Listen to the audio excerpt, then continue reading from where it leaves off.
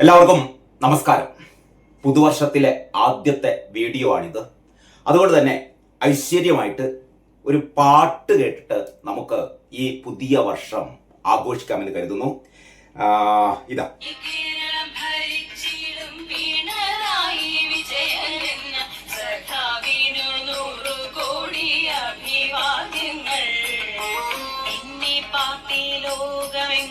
ശോഭിച്ചിടും കാരണഭൂത പിണറായി വിജയൻ എന്ന സഖാവ് തന്നെ. ഇന്നീ പാർട്ടി ലോകമെങ്ങും ശോഭിച്ചിടും കാരണഭൂത പിണറായി വിജയൻ എന്ന സഖാവ് തന്നെ. അങ്ങനെ പിണറായി സഖാവിന് ആയുരാരോഗ്യങ്ങൾ നേർന്നുകൊണ്ട്, അറിയാലോ, ഒരു 3.5 മാസം കഴിഞ്ഞാൽ സംസ്ഥാന നിയമസഭാ തിരഞ്ഞെടുപ്പാണ്. എല്ലാവിധ വിജയ ആശംസകളും നേർന്നുകൊണ്ടാണ് ഞാൻ ഈ 2026 ആദ്യത്തെ ഈ വീഡിയോ ചെയ്യുന്നത്. മറ്റൊരു കാര്യം കൂടി പറയാനുണ്ടേ. ഈ പിണറായി ഭക്തിഗാനം കേട്ടപ്പോഴാണ് പഴയ ചില കാര്യങ്ങൾ ഓർമ്മ വന്നത്. അതായത് നമ്മുടെ വാസവൻ മന്ത്രി ഭയങ്കര പ്രശ്നത്തിലാണിപ്പോ. കാരണം കടകംപള്ളി സുരേന്ദ്രനെ ചോദ്യം ചെയ്യാൻ വേണ്ടി വിളിച്ചിട്ടുണ്ട്. കടകംപള്ളി പറയുന്നത് ഒന്നുമില്ല, അവിടുത്തെ കാര്യങ്ങളൊക്കെ അറിയാൻ വേണ്ടിയിട്ടാണ് എന്ന് മാത്രമേ കടകംപള്ളി പറയുന്നുള്ളൂ. പക്ഷേ കടകംപള്ളിയെ മിക്കവാറും അറസ്റ്റ് ചെയ്യും എന്നാണ് നമുക്ക് കിട്ടുന്ന സൂചന. പക്ഷെ അറസ്റ്റ് ചെയ്യപ്പെടാതിരിക്കാൻ വേണ്ടിയിട്ട് SIT-യിൽ സമ്മർദ്ദം ചെലുത്തിക്കൊണ്ടിരിക്കുന്നതിന്റെ കാരണഭൂതം PS പ്രശാന്തിനെയും ചോദ്യം ചെയ്തു എന്ന് നമ്മൾ അറിഞ്ഞു. കാരണം PS പ്രശാന്തും വാസവനും നേരത്തെ എങ്ങനെയാണോ പത്മകുമാറും വാസുവും കടകംപള്ളിയും ഒക്കെ ചേർന്ന് 2019 ഈ സ്വർണ്ണ പാളി ചെമ്പാണ് എന്ന് എഴുതുകയും അത് സ്വർണം പൂശാൻ വേണ്ടി കൊണ്ടുപോവുകയും അത് കഴിഞ്ഞിട്ട് എന്താ പറയാ, ഇത് ആന്റിക് മാർക്കറ്റിലേക്ക് വിൽപ്പന നടത്തുകയും ഒക്കെ ചെയ്തു എന്ന് സംശയിക്കപ്പെടുന്ന ആ വമ്പൻ ശബരിമല സ്വർണ്ണക്കൊള്ള നടത്തിയത്, അതേപോലുള്ള ഒരു കൊള്ളയുടെ തുടർച്ചയാണ് പ്രശാന്തും വാസവനും ചേർന്ന് നടത്തിയത്. കാരണം വീണ്ടും, അതായത് 2019 സ്വർണം പൂശിക്കൊണ്ടുവന്നത് ഏതാണ്ട് 20 വർഷം ഗ്യാരണ്ടി ഉണ്ട് എന്ന് പറയപ്പെടുന്ന ആ സ്വർണ്ണ പൂശൽ വീണ്ടും ഒരു വട്ടം കൂടി പൂശാൻ വേണ്ടി കൊണ്ടുപോകുന്നു. ഇതാരെ അറിയിക്കാതെ? ഹൈക്കോടതിയെ അറിയിക്കാതെ. അങ്ങനെ ഹൈക്കോടതി ആ സ്പെഷ്യൽ കമ്മീഷണറെ, ഹൈക്കോടതി നിയമിച്ച സ്പെഷ്യൽ കമ്മീഷണറെ അറിയിക്കാതെ ഇത് വളരെ രഹസ്യമായി കൊണ്ടുപോവുകയാണ് സ്മാർട്ട് ക്രിയേഷൻസിലേക്ക്. അവിടെ നമ്മുടെ പോറ്റി തയ്യാറായി നിൽക്കുന്നുണ്ട് കേട്ടോ. ഈ പോറ്റി UDF-ന്റെ ആളാണെന്ന് പറയുന്നത്, പോറ്റി ഉമ്മൻചാണ്ടിയുടെ ആളാണെന്നാണ് പറയുന്നത്, പോറ്റി VD സതീശന്റെയും നമ്മുടെ അടൂർ പ്രകാശിന്റെയും ആന്റോ ആന്റണിയുടെയും ഒക്കെ സ്വന്തം ആളാണെന്ന് പറയുന്നത്. പക്ഷേ ഇടതുപക്ഷത്തിലെ നേതാക്കന്മാർക്ക് ഈ സ്വർണം പൂശാൻ പോറ്റി വേണം. അങ്ങനെ പോറ്റി അവിടെ തയ്യാറായി നിൽക്കുന്നുണ്ടായിരുന്നു. പോറ്റിയെ സമീപിച്ചു, പോറ്റിക്ക് കൊടുക്കുന്നു. അപ്പോഴാണ് ഹൈക്കോടതി ഇതറിയുന്നത്.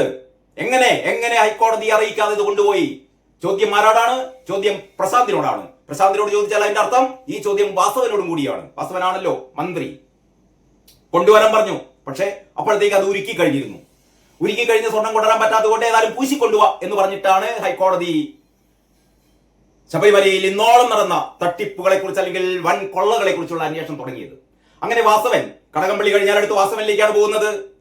അപ്പോഴാണ് വാസവൻ പണ്ട് കാരണഭൂതത്തെ പ്രശംസിച്ചുകൊണ്ട് ഒരു പ്രസംഗം കോട്ടയത്ത് നടത്തിയിരുന്നു. എന്താണെന്നറിയോ? ഞാൻ കോട്ടയത്ത് ഒരു 4-5 വർഷം കോട്ടയം കേരള കൗമുദിയിൽ പ്രവർത്തിച്ചിരുന്നു കേട്ടോ. കോട്ടയത്ത് പോപ്പ് മൈതാനം എന്ന് പറയുന്ന ഒരു മൈതാനമുണ്ട്.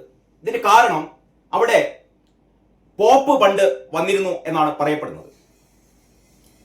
പോപ്പ് വന്ന് പ്രസംഗിച്ച മൈതാനം പിന്നീട് പോപ്പ് മൈതാനം എന്നറിയപ്പെടുന്നു.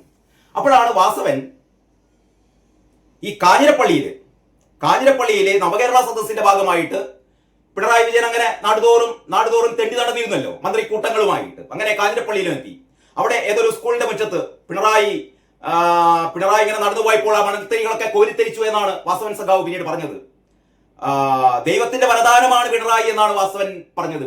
ദൈവത്തിന്റെ വരദാനമാണ് പിണറായി, കാലം കാത്തുവെച്ച കർമ്മയോഗിയാണ്. ഞാൻ നിങ്ങൾക്ക് ആദ്യം തിരുവാതിരപ്പാട്ട്, പൂവരണി നമ്പൂതിരി എഴുതിയ തിരുവാതിരപ്പാട്ട് കേൾപ്പിച്ചല്ലോ. ഇന്നീ പാർട്ടി ലോകമെങ്ങും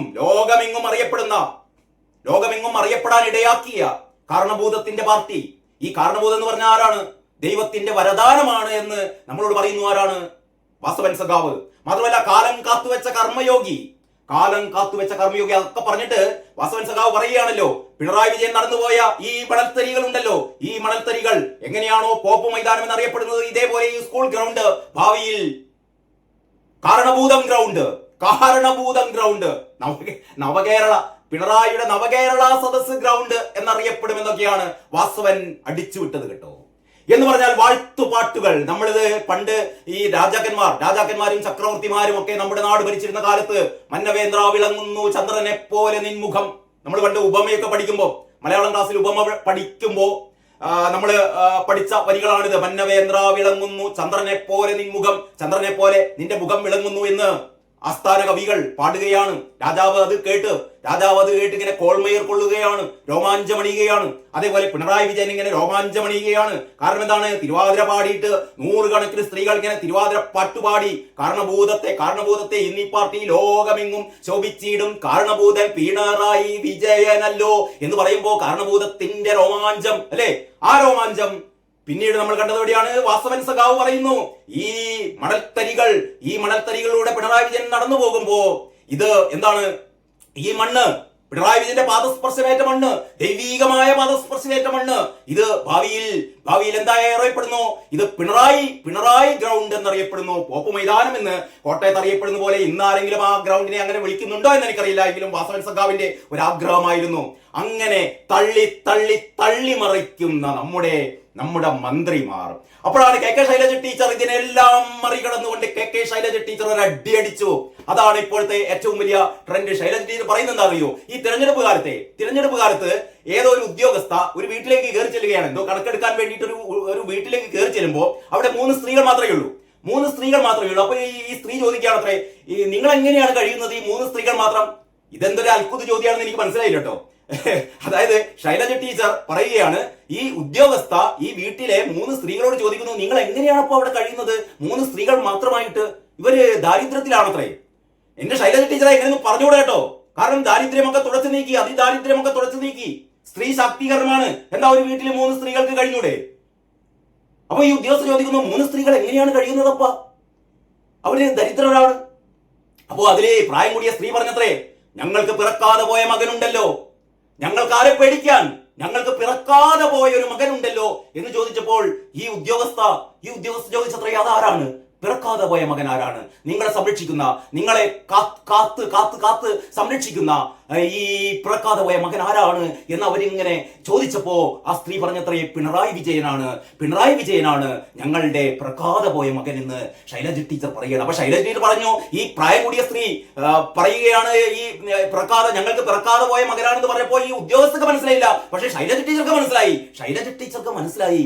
കാരണം ഈ നാട്ടിലെ ഓരോ അമ്മമാരുടെയും പിറക്കാതെ പോയ മകനാണല്ലോ ഉണ്ണി, ഞാൻ അറിഞ്ഞില്ലല്ലോ പിണറായി വിജയനെ ഇങ്ങനെ പുകഴ്ത്തുന്ന കെ ശൈലജ. അപ്പോഴാണ് വീണ സഖാവ്, ഈ കപ്പൽ ആടിയുലയുകയില്ല സാർ, കാരണം ഇതിനൊരു കപ്പിത്താനുണ്ട്. ഇവിടെ കപ്പൽ ആണ്ട് നീ കപ്പലിന്റെ ഇത്തിരി ഭാഗം മാത്രമേ പുറത്തുള്ളൂ. കപ്പലിതാ 90%, 95% ആണ്ട് കഴിഞ്ഞു. അപ്പോഴാണ് വീണ സഖാവ് വീണ്ടും കൈയുയർത്തി പറയുന്നു, ഈ കപ്പൽ ആടിയുലയുകയില്ല സാർ, ഇതിനൊരു കപ്പിത്താനുണ്ട് സാർ എന്ന് വീണ സഖാവ്. ഒരുപാട് മുഖ്യമന്ത്രിമാർ ഭരിച്ചിട്ടുണ്ട് അല്ലെ. EMS നമ്പൂതിരിപ്പാട് മുതൽ C Achutha Menon, CH Muhammad Koya, EK Nayanar, Oommen Chandy, K Karunakaran എന്ന് പറയുന്ന ഏറ്റവും പ്രഗത്ഭരായ ഒരുപാട് മുഖ്യമന്ത്രിമാർ നമ്മുടെ നാട് ഭരിച്ചിട്ടുണ്ട്. പക്ഷേ ദൈവത്തിന്റെ വരദാനമായ കാലം കാത്തുവെച്ച കർമ്മയോഗിയായ നടക്കുമ്പോൾ മണ്ണുകൾ രോമാഞ്ചം കൊള്ളുന്ന, ഏത് കാറ്റിലും കോളിലും ആടിയുലയാത്ത കപ്പലിന്റെ കപ്പിത്താനായ, പിറക്കാതെ കേരളത്തിലെ ഓരോ അമ്മയും പറയുന്നു, ഞങ്ങൾക്ക് പിറക്കാതെ പോയ മകനാണല്ലോ ഉണ്ണി എന്ന് വിളിക്കുന്ന കാരണഭൂതത്തെ വാഴ്ത്തിക്കൊണ്ടല്ലാതെ നമുക്ക് 2026 വരവേൽക്കാൻ പറ്റുമോ സുഹൃത്തുക്കളെ? ഞാൻ ട്രോൾ ചെയ്യല്ല, ഞാൻ സത്യസന്ധമായ ഒരു കാര്യം പറഞ്ഞതാണ്. കാരണം എല്ലാവരും ആൾക്കാരും പറയുന്നത് എന്താണെന്നറിയോ, ഈ പിണറായി വിജയൻ ചിരഞ്ജീവിയൊന്നുമില്ലല്ലോ. കലാകാലത്തോളം എന്ന് പറഞ്ഞാൽ കേരളമുള്ള കാലത്തോളം കേരളത്തിന്റെ മുഖ്യമന്ത്രിയായിരിക്കാൻ പിണറായി വിജയന് പറ്റില്ലല്ലോ. മനുഷ്യന്റെ ആരോഗ്യം ക്ഷയിക്കും, എല്ലാ മനുഷ്യനും അവന്റേതായ ഒരു എന്താ പറയാ ഒരു ജീവിതകാലം ഉണ്ടായിരിക്കും. അപ്പോൾ പിണറായി വിജയന് ശേഷം ആര് എന്നുള്ളതാണ് കഴിഞ്ഞ കുറച്ച് കാലങ്ങളായിട്ട് അല്ലെങ്കിൽ കുറച്ച് ദിവസങ്ങളായിട്ട് നമ്മുടെ കേരളം ചർച്ച ചെയ്യപ്പെടുന്ന ഒരു സാധനം. 2026 അതായത് ഈ വർഷം ഏപ്രിലിൽ നടക്കാൻ പോകുന്ന നിയമസഭാ തെരഞ്ഞെടുപ്പിൽ CPM-നെ ആരാണ് നയിക്കാൻ പോകുന്നത് എന്നുള്ള ചോദ്യത്തിന് തന്നെ പ്രസക്തിയില്ല. പിണറായി വിജയൻ അല്ലാതെ CPM-ൽ മറ്റാരാണ് നയിക്കാനുള്ളത്?